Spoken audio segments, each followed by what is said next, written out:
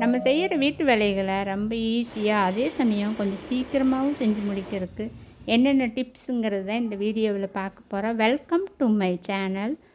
இப்போது முதல்ல நம்ம வாஷிங் மிஷினில் துணி துவைப்போம், அதே சமயம் கையிலையும் துணி துவைப்போம். அப்போ எப்படி துவைச்சப்பவும் நம்மளுக்கு அழுக்கு போகாத மாதிரி ஒரு ஃபீலிங் இருந்துச்சுன்னா இதையே ஒரே ஒரு ஸ்பூன் மட்டும் சேர்த்து துவைச்சி பாருங்கள். சோப்பு பவுடரோட பக்கெட் வாஷ் பண்ணினாலும் சரி, நீங்கள் மிஷின் வாஷ் பண்ணினாலும் சரி, சோப்பு பவுடரோட இதையே கலந்து அரை மணி நேரம் ஊற வச்சுட்டு துவைச்சிங்கன்னா உங்களோட துணியில் இருக்கிற கரை அழுக்கு எல்லாமே போயிடும். இது வாஷிங் சோடா டிபார்ட்மெண்டல் ஸ்டோரில் கிடைக்கும். 10 ரூபா தான் இதோட விலை.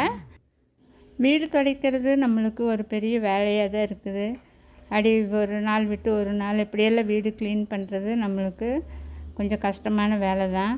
ஆனால் அதையும் கொஞ்சம் ஈஸியாக நம்ம செஞ்சிடலாம். அப்படி செய்கிறப்போ நம்ம ஒரு வாரத்துக்கு ஒரு தடவை 10 நாளைக்கு ஒரு தடவை துடைச்சாங்க கூட நம்ம வீடு புதுசு மாதிரி அப்படியே இருக்கும். இப்போ அது எப்படின்னு பார்க்கலாம். கொஞ்சம் தண்ணி கை பொறுக்கிற அளவுக்கு சூட்டில் தண்ணி எடுத்துக்குங்க. தண்ணி எடுத்துகிட்டு அது கூட ஒரு 2 மூடி அளவுக்கு லைசால் ஊற்றிக்குங்க. அதோட கொஞ்சம் ஒயிட் வினிகர் சேர்த்துக்குங்க. வினிகர் நம்ம வீட்டில் ஏதாச்சும் எண்ணெய் பசை அழுக்கு அந்த மாதிரியெல்லாம் இருக்கிறப்போ இந்த வினிகர் அது எல்லாத்தையுமே எடுத்துரும். பிடிச்சிருந்தா லைக் பண்ணுங்கள், ஷேர் பண்ணுங்கள், கமெண்ட் பண்ணுங்கள், சப்ஸ்கிரைப் பண்ணுங்கள். 2 ஸ்பூன் அளவுக்கு கல்லுப்பு சேர்த்துக்குங்க. நம்மளோட தண்ணி சூடாக இருக்கிறதுனால கல்லுப்பு அதில் சீக்கிரமாக கரைஞ்சிரும். அந்த கல்லுப்பு சேர்த்துன தண்ணியில் நம்ம வீட்டை தொடச்சி விடுறப்ப சின்ன சின்ன புழு பூச்சி அந்த எறும்பு இது எதுவுமே வராது. வீடு லட்சுமி கடாசமாக இருக்கும். இப்படியெல்லாம் நம்ம வீடு துடைக்கிறப்ப ஒரு 10 நாளைக்கு ஒரு டைமு நம்ம வீடு க்ளீன் பண்ணால நம்மளோட தரை அப்பவும் புதுசு போல் நல்லா இருக்கும். இது டீ வச்ச பாத்திரம் பாருங்கள் எந்த மாதிரி அடி பிடிச்சிருக்குதுன்னு சொல்லி. இப்போ நான் இதே ஸ்க்ரப் வச்சு தேய்ச்சோம்னா இன்றைக்கி ஃபுல்லாக தேய்ச்சம் கூட க்ளீனாக ஆகாது.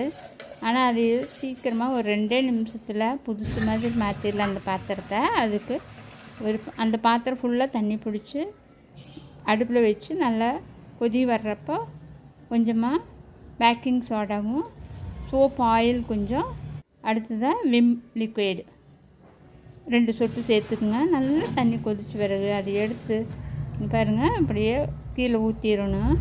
இப்போ நீங்கள் அந்த தண்ணி கொதித்து கீழே ஊற்றுறப்பவே பார்த்தாலே தெரியும் பாதிக்கு மேலே கரை போயிடுச்சு. அடுத்து இந்த ஸ்க்ரப்பு வச்சு லேசாக இப்படி தேய்ச்சி கொடுத்தீங்கன்னா போதும்.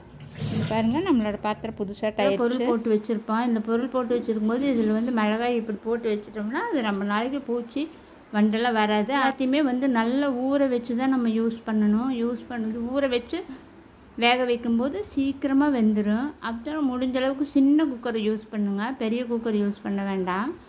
சின்ன குக்கரில் யூஸ் பண்ணுறப்போ சீக்கிரமாக அது சூடாகி சீக்கிரமாக வெந்துடும். இந்த மாதிரி பாத்திரத்தை கழுவிட்டு நம்ம வைக்கும்போது அதில் தண்ணி இருக்கும். அந்த தண்ணி காயறதுக்கு கொஞ்சம் டைம் எடுத்துக்கும்.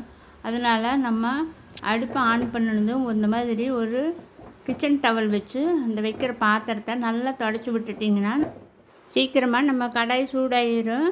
அது நம்ம ரொம்ப கஷ்டப்படுவோம். இப்போ பாருங்கள் இந்த மாதிரி ஒரு வெள்ளைப்பூண்டு 2 சின்ன வெங்காயம் அது 4 கல்பூரம் இது மட்டும் சேர்த்துக்குங்க. சேர்த்து ஒரு ஒயிட் கலர் கிளாத் எடுத்துக்குங்க.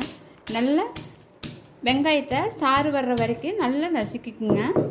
இந்த பாருங்கள் இந்த மாதிரி நல்லா நசுக்கிட்டு அந்த சூடத்தையும் நல்லா தட்டிக்குங்க. எல்லாத்தையும் ஒன்று பாருங்கள் சூடை இதுலேயே ஒட்டிருச்சு. இப்போது நல்லா தட்டி இந்த மாதிரி ஒரு மூட்டை மாதிரி பண்ணிக்குங்க. குட்டி குட்டி மூட்டைகளாக நிறைய எண்ணெய் 5-6 எண்ணெய் பண்ணிக்குங்க.